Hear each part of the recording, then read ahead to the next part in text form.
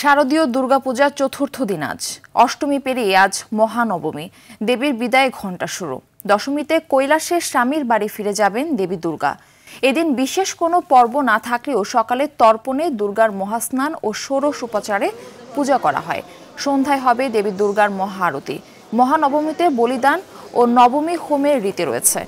এদিন 108টি নীলপদ্মে পূজা হবে দেবী দুর্গার। পূজা শেষে হবে অঞ্জলি নিবেদন ও প্রসাদ বিতরণ। এদিন যজ্ঞের মাধ্যমে দেবী দুর্গার কাছে আহুতি দেওয়া হবে। 108টি বেলপাতা, আমকাঠ, ঘি দিয়ে এই যজ্ঞ অনুষ্ঠিত হবে।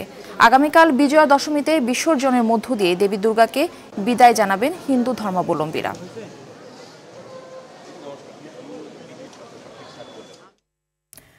মহানবমী উদযাপনের বিষয়ে আরো খবর জানাতে ঢাকেশ্বরী মন্দির থেকে আমাদের সঙ্গে যুক্ত হচ্ছেন সহকর্মী সাদিয়া কানিজ।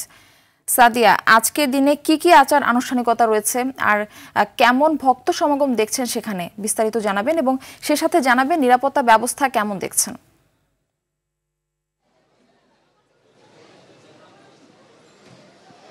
মারফি প্রথম প্রহরে আসলে মহাস্নানের মধ্য দিয়ে নবমীর সকাল শুরু হয়েছে। এরপর আপনি জানেন যথারীতি কল্পারম্ভ পূজা এবং বিহিত পূজা এখন অনুষ্ঠিত হচ্ছে। এরপরে আসলে ভক্তদের মাঝে অঞ্জলি প্রদান, ভক্তরা দেবীর চরণে অঞ্জলি দেবেন এবং প্রসাদ গ্রহণ করবেন।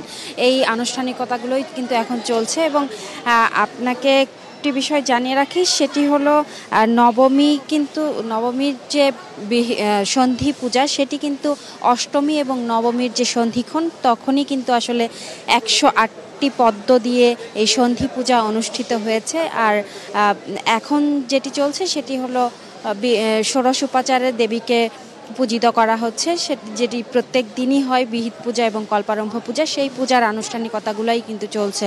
ফুল, বেল পাতা এসব দিয়েই কিন্তু আনুষ্ঠানিকতাগুলো চলছে। আর আপনাকে একটি বিষয় জানিয়ে রাখি যে নবমীকে কিন্তু অনেক মর্মার্থ রয়েছে ভক্তদের কাছে, কারণ এই সময়টি কিন্তু অসুর বধের একটি বিষয় বলা হয়। অসুরিক শক্তি বধ করেন দেবী দুর্গা। সেই কারণে কিন্তু ভক্ত পুণ্যার্থীদের কাছে এই দিনটি অনেক বেশি গুরুত্বপূর্ণ। আর যেখানে ভক্তদের অনেক উচ্ছ্বাস আমরা দেখতে পেয়েছি, কিন্তু পাশাপাশি কিন্তু যেহেতু আজকে নবমী, আগামীকাল বিজয়া দশমীর মধ্য দিয়ে আসলে দেবী দুর্গা ফিরে যাবেন কৈলাসে, সেই জায়গা থেকে কিন্তু মনে অনেকটা বিষাদের সুরও আমরা দেখতে পাচ্ছি। আর দেবী দুর্গার কাছে অনেক ধরনেরই প্রার্থনা জানাচ্ছেন ভক্তরা। তারা আসলে বলছেন যে মানুষের প্রতি মানুষের যেন সহানুভূতি থাকে, সহমর্মিতা থাকে এবং সেই সাথে মঙ্গল বয়ে আনে দেবী দুর্গা সবার সেই প্রার্থনাগুলোই কিন্তু জানাচ্ছে এবং এখানে আইনশৃঙ্খলা বাহিনীও প্রস্তুত রয়েছে। তো ঢাকেশ্বরী মন্দির থেকে এই ছিল নবমীর সর্বশেষ। ধন্যবাদ আপনাকে।